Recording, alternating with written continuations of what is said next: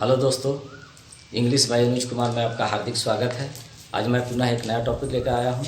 दोस्तों, यह वीडियो आप शुरू से अंत तक जरूर देखें। यदि आपको यह वीडियो अच्छा लगे तो लाइक, सब्सक्राइब एंड शेयर करना ना भूलें।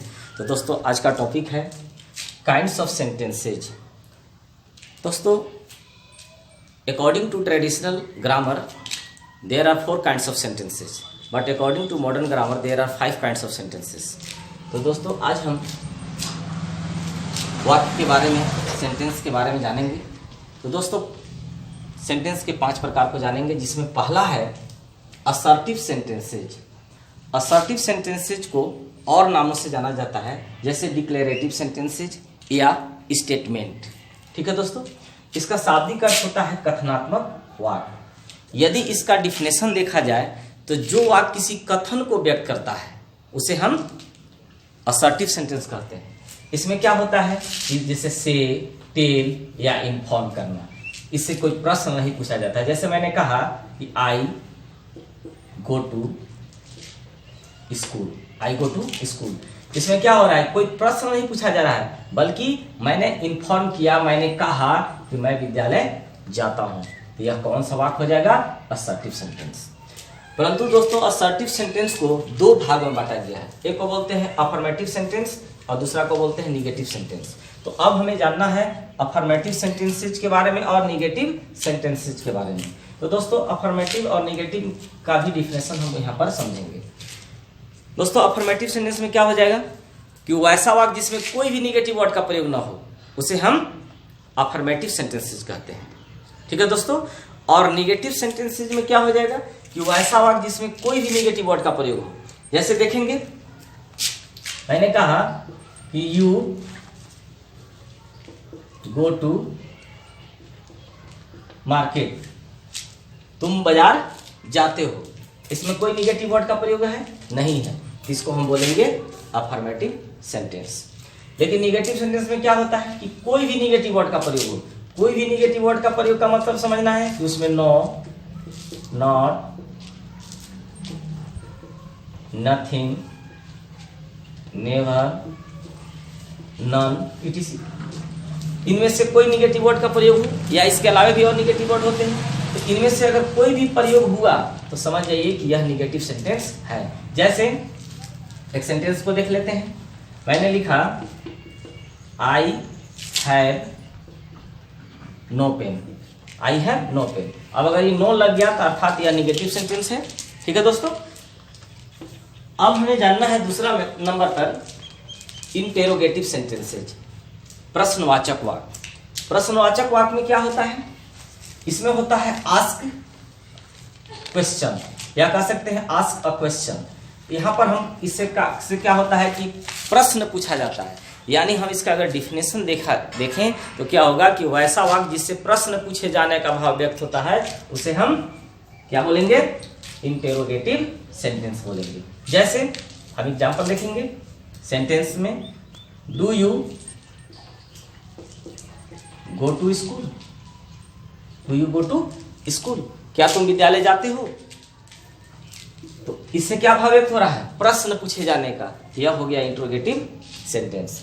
लेकिन दोस्तों, इंट्रोगेटिव सेंटेंस को 2 भागों में बांटा गया है। एक को बोलते हैं यस नो क्वेश्चन या यस नो वर्ड, दूसरा को बोलते हैं WH क्वेश्चन या WH word.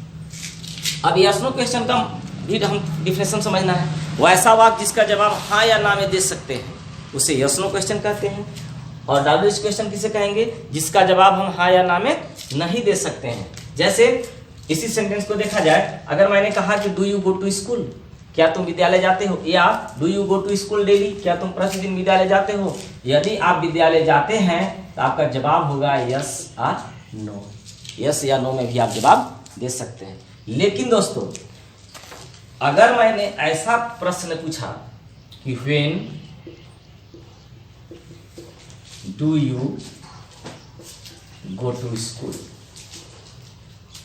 When do you go to school, तुम विद्यालय कब जाते हो, तो क्या इस प्रश्न का जवाब आप हाँ या ना में दे सकते हैं, तो नहीं दे सकते हैं। तो दोस्तों, इसे हम बोलेंगे WH क्वेश्चन। ठीक है दोस्तों। अब तीसरा नंबर पर हमें सीखना है इम्परेटिव सेंटेंसेज। इंपेरेटिव सेंटेंसेज का मतलब होता है आज्ञा सूचक वाक्य। इसमें क्या होगा कि वैसा वाक्य जिससे आदेश, उपदेश तथा निवेदन का भाव व्यक्त हो उसे हम इंपेरेटिव सेंटेंस कहते हैं। जैसे इसमें क्या होगा, order, command, request, advice, etc.. ठीक है, तो हम उसे बोलेंगे। जैसे इसका भी देख लेते हैं, एग्जाम्पल में सेंटेंस में देख लेते हैं। जैसे मैंने कहा कि रिंग द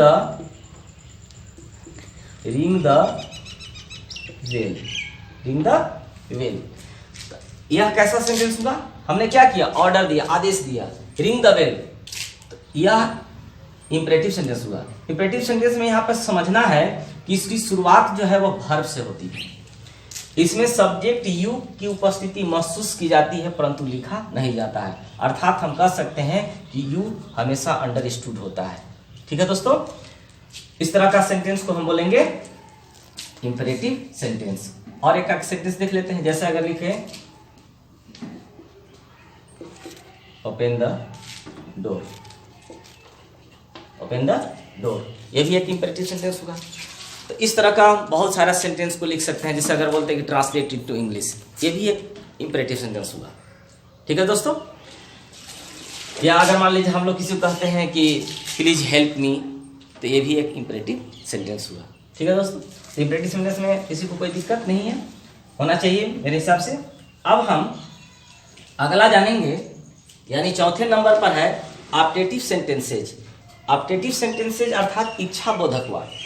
इच्छा बोधक कहने से ही ऐसा पता चलता है कि वैसा वाक्य जिससे दुआ बद्दुआ देने का भाव व्यक्त हो, जिससे दुआ बद्दुआ देने का भाव व्यक्त हो, इसे हम ऑप्टेटिव सेंटेंस कहते हैं। जैसे सेंटेंस में इसमें भी देख लेते हैं। जैसे मैंने कहा कि may you live long, may you live long, तुम्हारी उम्र लंबी हो या तुम दीर्घायु हो। यह किस तरह का वाक्य हुआ, ऑप्टेटिव सेंटेंस। ठीक है दोस्तों, इसके बाद हमें 5वां नंबर पे जानना है एक्सक्लामेटरी सेंटेंसेज। इसमें क्या होता है कि वैसा वाक्य जिससे दुख, खुशी, आश्चर्य आदि का भाव व्यक्त हो। ठीक है दोस्तों, जैसे इसमें भी एक सेंटेंस, इसमें भी कुछ सेंटेंस को देखते हैं। जैसे मैंने लिखा five you are a thief, मतलब क्या हो जाएगा, छी छी तुम एक चोर हो। तो इस तरह का सेंटेंस किसके अंतर्गत आएंगे, एक्सक्लामेटरी सेंटेंस के अंतर्गत। इस तरह में बहुत सारे बोलते हैं, जैसे व्हाट अ फ्लावर, क्या फूल है, व्हाट अ ब्यूटीफुल फ्लावर, क्या सुंदर फूल है। तो इस तरह का जो है से हमारा एक्सक्लामेटरी सेंटेंस है। इसमें देखा जाता है कि अक्सर देखा जाता है कि एक्सक्लामेशन वर्ड का भी प्रयोग होता है। जैसे मान लीजिए हम लिखे एक सेंटेंस देते हैं, यू चीटेड दैट चाइल्ड। मैंने क्या लिखा कि यू चीटेड दैट चाइल्ड। तो इस तरह का जो माने जो सेंटेंस है वह किसके अंतर्गत आएंगे, तो एक्सक्लामेटरी सेंटेंस के अंतर्गत आएंगे। मतलब इसका अगर हिंदी देखा जाए तो क्या हो जाएगा, धिकार है, यू चीटेड दैट चाइल्ड, कि तुमने उस बच्चे को क्या किया, ठग लिया। ठीक है, तो दोस्तों यदि आपको यह वीडियो अच्छा लगे तो आप जरूर इसे लाइक, सब्सक्राइब एंड शेयर करिएगा। Thank you.